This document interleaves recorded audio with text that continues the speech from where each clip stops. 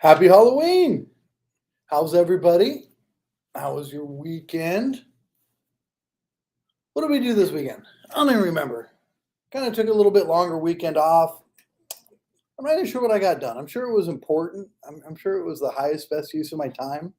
I don't think I just hung around with the wife and kids and goofed off all day. I'm sure I did something. Just can't remember what it was. Thank you for joining me today. Today we are, if you listen to the last talk, I mentioned The Go Giver, which is a fantastic book. And there's 5 laws in there to achieve stratospheric, that's huge, stratospheric success. You guys ready to get into that? Yeah? All right, let's do it. Yeah. Start with my intro.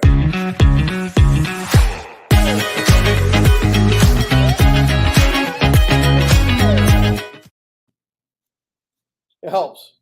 Like I said, that little music, just getting things going, it helps. Oh, happy Halloween to everybody. Hope you guys are planning on big, I don't know, trick or treat, trunk or treat stuff.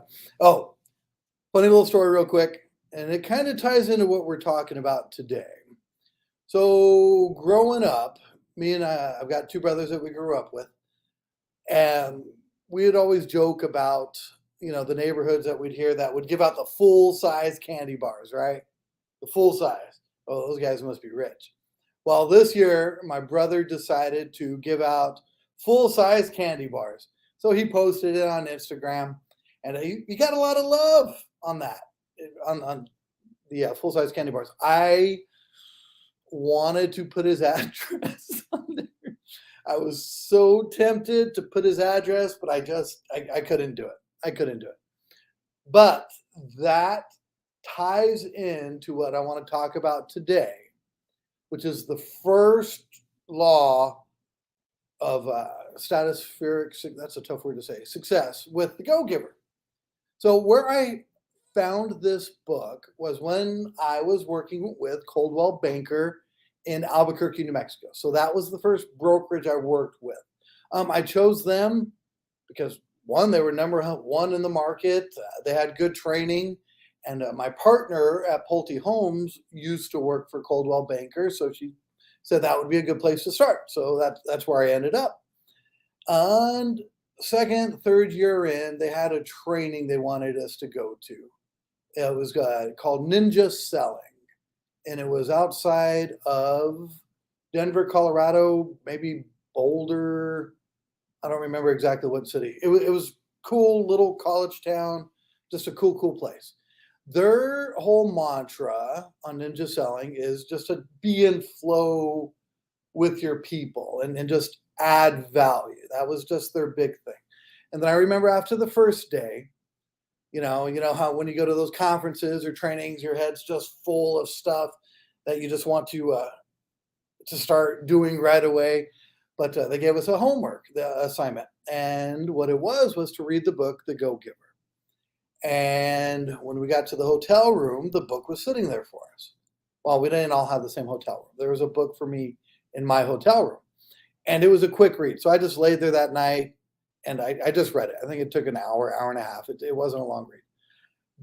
But it changed the way I thought about stuff. So, one, I recommend reading it. Quick read, fun book.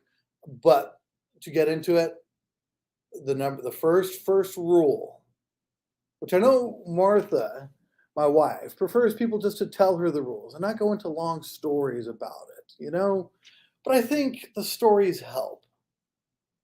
And I'll skip stories. That's fine. The first law is give more in value than you receive in compensation. I want to say that one more time. Give more in value than you receive in compensation. I was thinking about this. I was trying to think of examples where this is evident. One place, I found a good barber. I mean, believe it or not, this whole thing is a lot of work. I pay for regularly to look this level of good. But I go there and I get They wash my hair, you get the little scalp massage, nice towel. They do a good job. There's coffee and biscottis ready. They know my name. So even they had a new receptionist there, but hi Alex, how are you? Obviously they know because they set appointments, which is another great thing. And it's just a great experience. They don't charge any more than a franchise Great Clips or one of those other places. It's not. It's the same amount, but the value I receive is so much greater. And my favorite thing, they do at the end of every haircut, they schedule my next haircut. I love that. I hate having to, oh God, I need a haircut. I look horrible, and then try to find a place. And they do a fantastic job of reminding me. Some people may be annoyed by that, but I love that. I'll get an email, a text, a phone call. Oh yeah, I've got a haircut coming up. I don't want to miss it. Because again, this is a lot of work. It's a lot of work. Okay. So that was an example.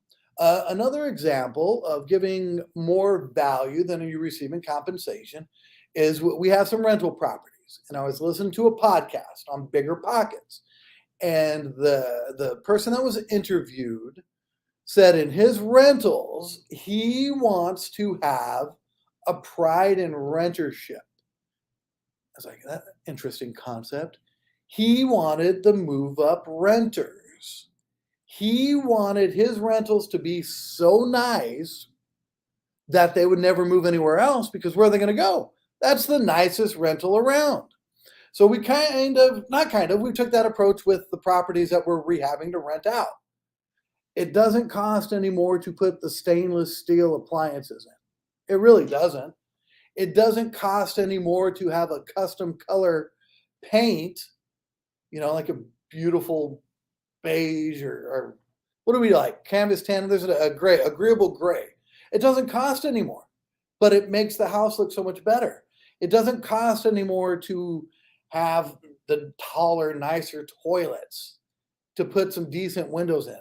It doesn't cost any more, but my renters are they're happy to be there. They just feel proud that they could afford that rental.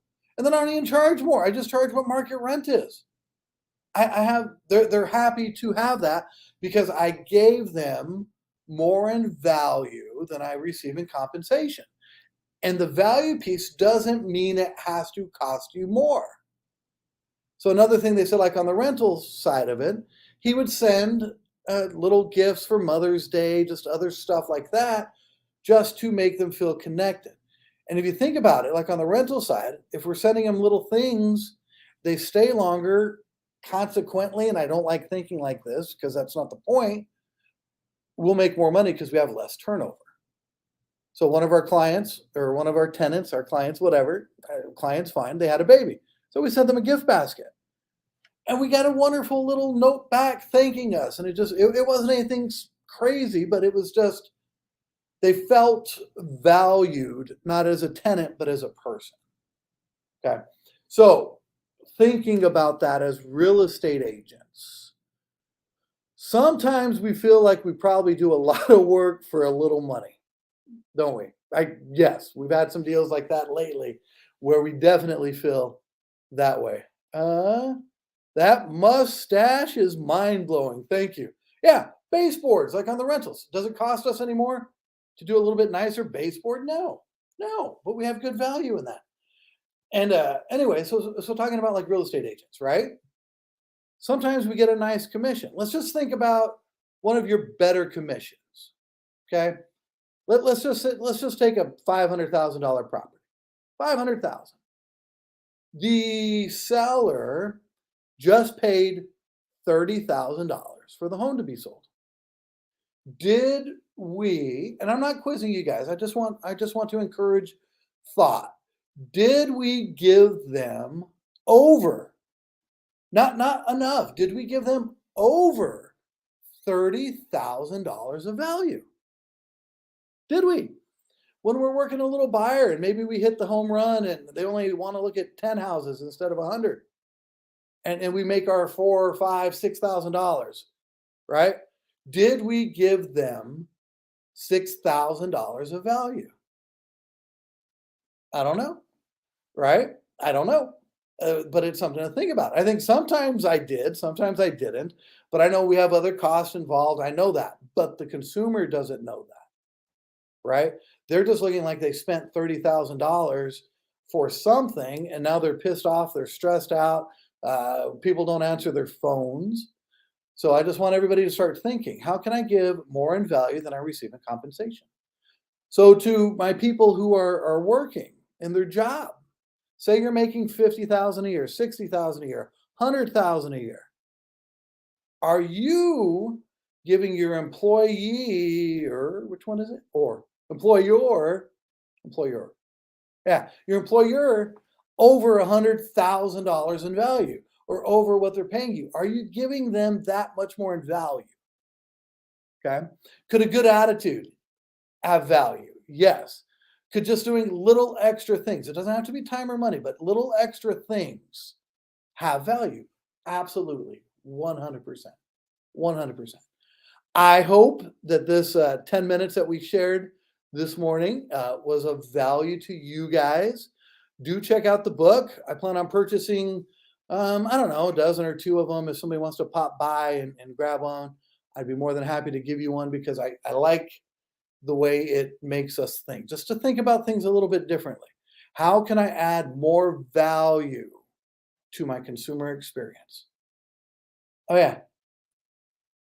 Happy Halloween, guys. All right. I had to take my hand off now so I can.